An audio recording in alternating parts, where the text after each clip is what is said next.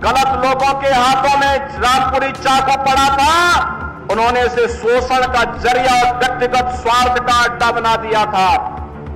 अगर यही माफिया और गुंडे, यही पेशेवर अपराधी सत्ता में होते तो कोई निवेश करने के लिए नहीं आता, क्योंकि वहां पे तो सुरक्षा का स्वयं लोगों के सामने एक संकट था कि उत्तर प्रदेश को दंगा मुक्त प्रदेश बनाना है। हर हाल में उत्तर प्रदेश दंगा मुक्त प्रदेश रहेगा।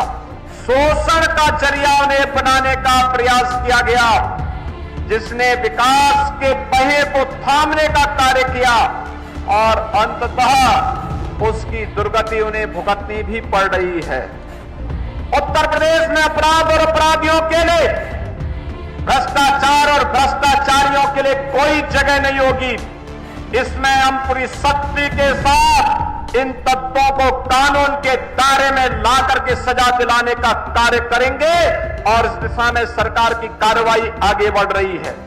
गलत लोगों के हाथों में रामपुरी चाकू पड़ा था, उन्होंने इसे शोषण का जरिया और व्यक्तिगत स्वार्थ का अड्डा बना दिया था। और मैं बार बार कहता रहा हूं कि रामपुर की अपनी पौराणिक और ऐतिहासिक पहचान रही है। इस पहचान को हर हाल में बनाए रखने की आवश्यकता है, लेकिन जिन लोगों के एजेंडे में विकास और लोक कल्याण नहीं, उन लोगों ने अपने स्वार्थ के लिए रामपुर का दोहन किया, रामपुर का शोषण किया।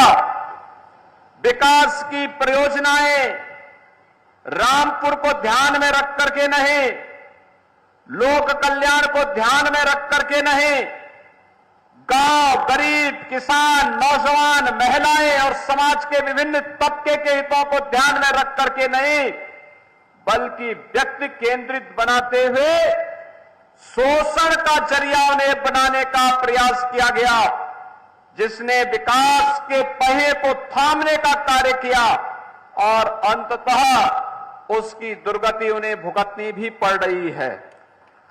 लेकिन भाइयों बहनों, मैं आज आपको आश्वस्त करने के लिए आया हूं कि आपने विकास और सुरक्षा के नाम पर Bharatiya Janata party double engine सरकार को अपना सहयोग और अपना समर्थन दिया, अपना आशीर्वाद दिया।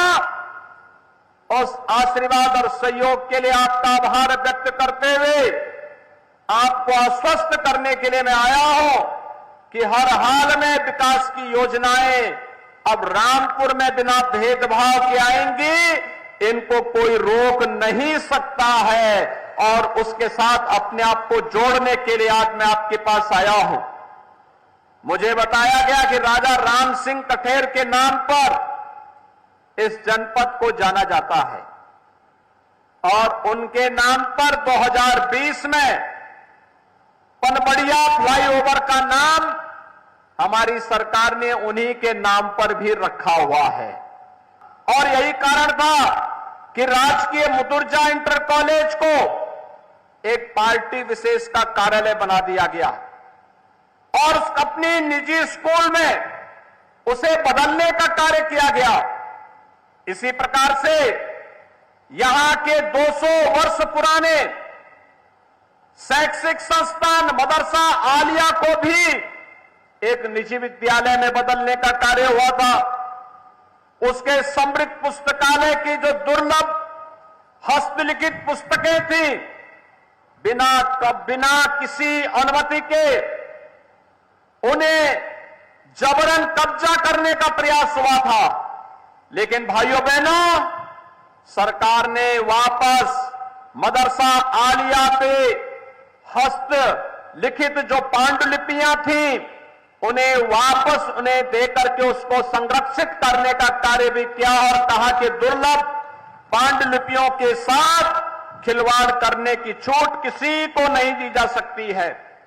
इसी प्रकार से सिटी मांटेसरी स्कूल कभी गेस्ट हाउस हुआ करता था और कहा जाता है कि राष्ट्रपिता महात्मा गांधी ने भी असहयोग आंदोलन के दौरान यहां पर रुक करके देश की आजादी को एक नई दिशा देने का कार्य किया था। लेकिन ऐतिहासिक महत्व के इस संस्थान को भी हड़पने का कार्य हुआ था। और यही नहीं, तमाम अन्य ऐसे कार्य जो सैकड़ों करोड़ रुपए की लागत से रामपुर के विकास के लिए महत्वपूर्ण हो सकते थे, उनमें बाधा पैदा करके रामपुर को पूरी तरीके से विकास और समृद्धि से वंचित करने का जो साजिश पिछले 10-12 वर्षों से हो रहा था, उन सभी साजिशों को बेनकाब करने के लिए ही मैं बार बार रामपुर आता था, आपका आह्वान करने के लिए कि हम बर्बाद न होने दें आने वाली पीढ़ी को, हम अपने आप को कोसने के लिए न छोड़े, बल्कि अगर कोई गलत कर रहा है उसके खिलाफ हमें डट करके खड़ा होना होगा। और मैं धन्यवाद दूंगा कि आपने इस लड़ाई में मजबूती के साथ आगे बढ़ करके कार्य किया। आज हम सब यहां पर विकास की इन प्रक्रियाओं के साथ इसे जोड़ने का कार्य कर रहे हैं। यहां पर औद्योगिक नीति से प्रभावित होकर के 65 करोड़ रुपए की लागत की 3 औद्योगिक इकाइयों की स्थापना, जिसमें लगभग 1200 लोगों को रोजगार प्राप्त हो रहा है। यह कार्य वर्तमान में भी आज जब सुरक्षा का बेहतर वातावरण बना, लोग निवेश करने के लिए उत्तर प्रदेश में आ रहे हैं।